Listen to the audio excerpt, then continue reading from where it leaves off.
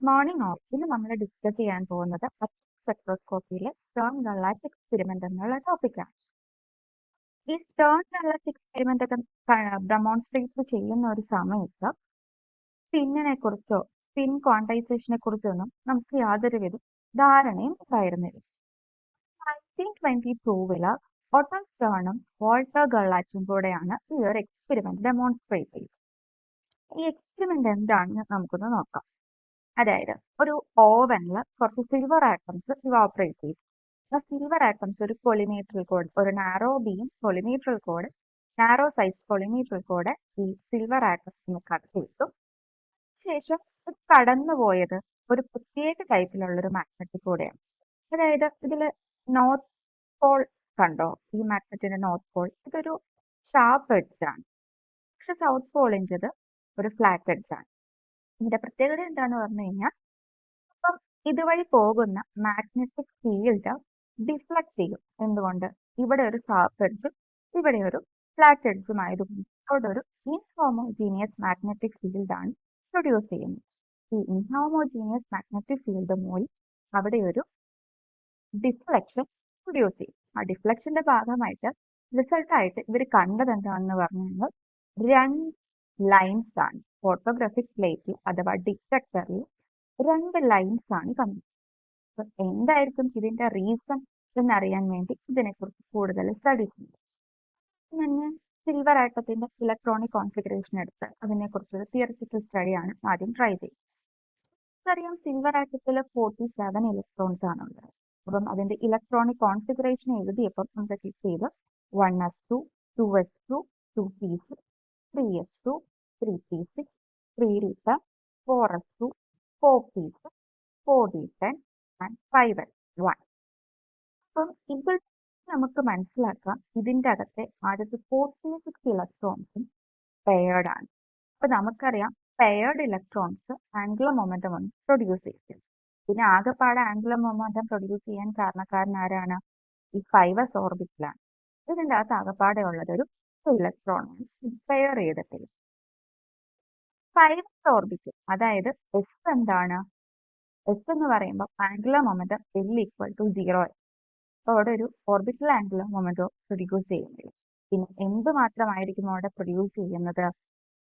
Spin മൂലം ഒരു spin half, ഒരു ഒറ്റ ഇലക്ട്രോൺ ആണുള്ളത്. അതിനൊരു S=12 എന്ന് പറയുന്ന വാല്യൂ ഉണ്ട്.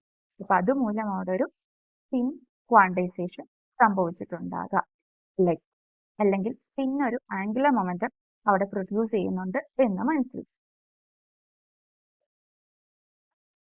ഇവിടെ ഒരു ഇൻഹോമോജീനിയസ് മാഗ്നറ്റിക് ഫീൽഡ് ആണ്. ഏത് ഡയറക്ഷനിലാണ് ജനറേറ്റ് ചെയ്യുന്നത്? ഇസഡ് ഡയറക്ഷനിലാണ്. അതായത് നോർത്ത് പോളിൽ നിന്ന് സൗത്ത് പോളിലേക്കുള്ള ഡയറക്ഷൻ നമ്മൾ ഇസഡ് ആയിട്ട് കൺസിഡർ ചെയ്യാം. ഇസഡ് ഡയറക്ഷനിൽ ഒരു മാഗ്നറ്റിക് ഫീൽഡ് പോകുന്നുണ്ട്. ഇനി മാഗ്നറ്റിക് ഫീൽഡ് മൂലം അവിടെ എന്ത് ജനറേറ്റ് ചെയ്യും? ഫോഴ്സ് ജനറേറ്റ് ചെയ്യും, അല്ലേ? മാഗ്നറ്റിക് ഫീൽഡ് മൂലം ആ ആറ്റംസിൽ ഒരു ഫോഴ്സ് ജനറേറ്റ് ചെയ്യും. ഇത് അതിനെ ഡീവിയേറ്റ് ചെയ്യാനും സഹായിക്കും. ഫോഴ്സിനെ നമ്മൾ മാത്തമാറ്റിക്കലി റെപ്രസെന്റ് ചെയ്യുന്നത് എങ്ങനെയാണ്? -du/dz അല്ലെ dv/dz, അല്ലേ? അതായത് ഇസഡ് ഡയറക്ഷനിൽ അതിന്റെ പൊട്ടൻഷ്യലിൽ അഥവാ എനർജിയിൽ ഉണ്ടാവുന്ന ചേഞ്ചിനെയാണ് നമ്മൾ ഫോഴ്സ് എന്ന് മാത്തമാറ്റിക്കലി റെപ്രസെന്റ് ചെയ്യുന്നത്. പിന്നെ നമ്മുടെ അടുത്ത കടമ്പ എന്താണ്?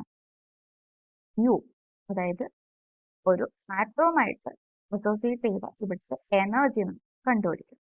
നമ്മൾ ആദ്യമേ പറഞ്ഞു ഇവിടെ ഓർബിറ്റൽ ആംഗുലർ മൊമെന്റം ഒന്നുമില്ല. പിന്നെ ആര് മൂലമായിരിക്കും എനർജി അസോസിയേറ്റ് ചെയ്യുന്നത്? സ്പിന്ന് മൂലമായിരിക്കും. ആറ്റത്തിന്റെ സ്പിന്നിലായിരിക്കും എനർജി അസോസിയേറ്റ് ചെയ്തിരിക്കും. നമുക്കറിയാം U=−μs ഇൻറ്റു അല്ലെങ്കിൽ μs.b ആണ്. μs എന്ന് പറഞ്ഞു കഴിഞ്ഞാൽ magnetic moment due to spin -μs.b ആണ്. അപ്പം മാഗ്നറ്റിക് മൊമെന്റ് ഡ്യൂ ടു സ്പിന്നിനെ നമ്മൾ എക്സ്പാൻഡ് ചെയ്യുമ്പോൾ നമുക്ക് എന്താണ് കിട്ടുന്നത്? μs=−gs e/2s². GS എന്ന് പറയുന്നത് എന്താണ്? ലാൻഡി ഫാക്ടർ അഥവാ ഗൈറോമാഗ്നറ്റിക് റേഷ്യോ ആണ്. ഇതിന്റെ വാല്യൂ GS എന്ന് പറയുമ്പോൾ, അതായത് സ്പിൻ മൂലം ഉണ്ടാകുന്ന ലാൻഡി ഫാക്ടറിന്റെ വാല്യൂ GS=2. GL എന്ന് പറയുന്നത്, അതായത് ഓർബിറ്റ് മൂലം ഉണ്ടാകുന്ന ലാൻഡി ഫാക്ടർ 1 ആണ്. നമുക്കിവിടെ GS ന് 2 ഇട്ട് കൊടുക്കും. നമ്മൾ ഈ ഇക്വേഷൻ ഇവിടെ സബ്സ്റ്റിറ്റ്യൂട്ട് ചെയ്ത് കൊടുക്കും. അപ്പം യു ഇസ് ഈക്വൽ ടു എന്തായി G S into T by 2 S Z D S. G എസിന് പകരം നമ്മൾ 2 ഇട്ട് കൊടുക്കും. ഇനി എസ് ഇസഡ് എന്ന് പറയുന്നത് എന്താണ്? ഇസഡ് ഡയറക്ഷനിൽ ഉണ്ടാവുന്ന സ്പിന്ന്. നമുക്കറിയാം സ്പിൻ ആംഗുലർ മൊമെന്റം എന്ന് പറയുന്നത് ക്വാണ്ടൈസ്ഡ് ആണ്. ഇതുകൊണ്ടാണല്ലോ നമ്മൾ ഒന്നിൽ കൂടുതൽ ലൈൻസ് കണ്ടത്. അപ്പൊ സ്പിന്ന് ക്വാണ്ടൈസ്ഡ് ആയതുകൊണ്ട് തന്നെ നമുക്കതിനെ എങ്ങനെ റെപ്രസെന്റ് ചെയ്യാം? M S into which cross. M എസിന് രണ്ട് വാല്യൂസ് ആണ് പോസിബിൾ ആയിട്ടുള്ളത്. നമ്മൾ പോളിസ് എക്സ്ക്ലൂഷൻ പ്രിൻസിപ്പിളും ഒക്കെ പഠിച്ചപ്പോൾ നമുക്ക് മനസ്സിലായി എം എസിന് രണ്ട് വാല്യൂസ് എക്സിസ്റ്റ് ചെയ്യാൻ പറ്റും. M S is equal to plus ഹാഫും M S is equal to minus half.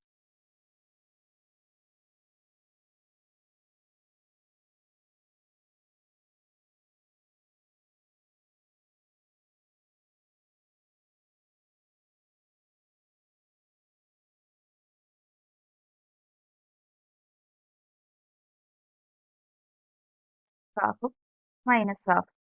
അപ്പൊ നമ്മൾ ഈ ഓർബിറ്റൽ ആംഗുലർ സ്പിൻ ആംഗുലർ മൊമെന്റത്തിന്റെ വാല്യൂ എസ് ഇസഡിന്റെ അവിടെ ഇട്ട് കൊടുക്കും. നമ്മുടെ ഇക്വേഷൻ എങ്ങനെയായി? 2 into T by 2 M S X cross B S. ഇനി ചെയ്യാൻ പോകുന്നത് എന്താണെന്ന് പറഞ്ഞു കഴിഞ്ഞാൽ എഫിലേക്ക് ഈ വാല്യൂ ഇട്ട് കൊടുക്കാൻ പോവാം. എന്ത്? യുവിന്റെ value. U is equal to 2 into E by 2 M S X cross B S.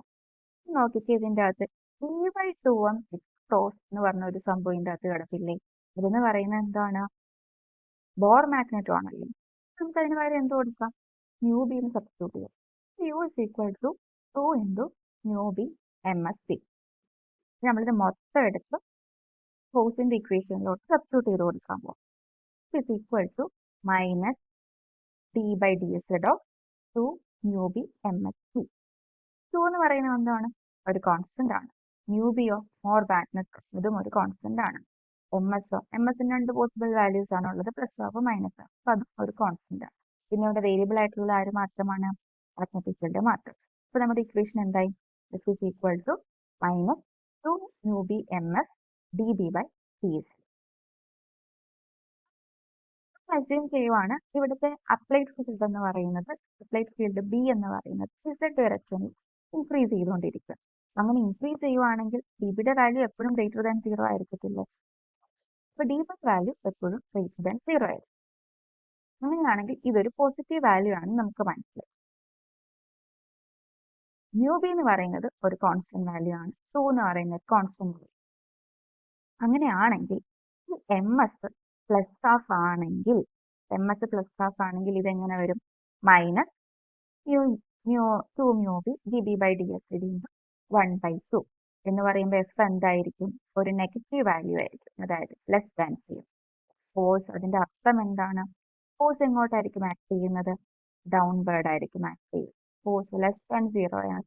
So അത് ഡൗൺവേർഡ് ആയിരിക്കും ആക്ട് ചെയ്യുന്നത്. അപ്പം M S is equal to 1/2 കിട്ടുമ്പോഴാണ് നമുക്ക് എഫ് ലെസ് ദാൻ 0 എന്നൊരു വാല്യൂ കിട്ടും. അവിടെ ഡിസ്പ്ലേസ് ചെയ്യുന്ന ഡൗൺവേർഡ് ആയിരിക്കും. ഇനി എം എസ് മൈനസ് ഹാഫ് ആണെങ്കിലോ ഈ വാല്യൂ ഇവിടെ ഒരു മൈനസ് വരും. ഈ മൈനസും കൂടെ വരുമ്പോൾ പ്ലസ് ആവും. അപ്പോൾ ഫോഴ്സ് എന്താവും? ഫോഴ്സ് ഗ്രേറ്റർ ദാൻ 0 ആവും. ഫോഴ്സ് ഗ്രേറ്റർ ദാൻ 0 ആവും. അപ്പം എങ്ങോട്ടായിരിക്കും ആറ്റത്തിനെ ഡിസ്പ്ലേസ് ചെയ്യുന്നത്? അപ്വേർഡ് ആയിരിക്കും ഡിസ്പ്ലേസ് ചെയ്യുന്നത്. നമുക്ക് എന്ത് മനസ്സിലായി? എം എസ് ഹാഫ് ആയിരിക്കുന്ന സമയത്ത് ഫോഴ്സ് ഡൗൺവേർഡും ഡിസ്പ്ലേസ് ചെയ്യും. എം എസ് നെഗറ്റീവ് ആയിരിക്കുന്ന സമയത്ത്, മൈനസ് ഹാഫ് ആയിരിക്കുന്ന സമയത്ത് ഫോഴ്സ് അപ്വേർഡും ഡിസ്പ്ലേസ് ചെയ്യും. ഇതുമൂലമാണ് നമ്മൾ ഫോട്ടോഗ്രാഫിക് പ്ലേറ്റിൽ രണ്ട് ലൈൻസ് കാണുന്നത്. അപ്പൊ ഈ രണ്ട് ലൈൻസ് കാണാനുള്ള കാരണം എന്താണ്? പിന്നെ ക്വാണ്ടൈസ് ചെയ്യുന്നത് കൊണ്ട് തന്നെ, അതായത് എം എസിന് രണ്ട് വാല്യൂസ് ഉണ്ട്, പ്ലസ് വാല്യൂ ഉണ്ട്, മൈനസ് വാല്യൂ. ഇതുമൂലം രണ്ട് സ്ഥലത്തേക്ക് ഫോഴ്സ് ഡിസ്പ്ലേസ് ചെയ്യുകയും ഫോഴ്സ് ഉണ്ടാവുകയും അത് ആറ്റത്തിനെ രണ്ട് ഡയറക്ഷനിലേക്ക് ഡിസ്പ്ലേസ് ചെയ്യും. അപ്പൊ അപ്വേർഡിലേക്ക് ഡിസ്പ്ലേസ് ചെയ്യുമ്പോഴാണ് ഫോട്ടോഗ്രാഫിക് പ്ലേറ്റിന്റെ മേളിൽ ലൈൻ കാണുന്നത്. താഴത്തേക്ക് ഡിസ്പ്ലേസ് ചെയ്യുമ്പോഴാണ് ഈ ലൈൻ കാണുന്നത്. അങ്ങനെ രണ്ട് ലൈൻസ് ഈ ഫോട്ടോഗ്രാഫിക് പ്ലേറ്റിൽ അഥവാ ഡിറ്റക്ടറിൽ നമുക്ക് കാണാൻ സാധിച്ചു. അതിൽ നിന്ന് നമ്മൾ എന്ത് മനസ്സിലാക്കി? പിന്നെ ക്വാണ്ടൈസ് ചെയ്യുന്നു. അപ്പം ഈ സ്റ്റേൺ ഗെർലാച്ച് എക്സ്പെരിമെന്റ് യൂസ് ചെയ്യുന്നത് എന്തിനു വേണ്ടിയാണ്? എന്തിനാണ് ഇത് ഡെമോൺസ്ട്രേറ്റ് ചെയ്തത്? പിന്നെ ക്വാണ്ടൈസ് ചെയ്യുന്നു എന്നുള്ള കാര്യം മനസ്സിലാക്കി. Thank you.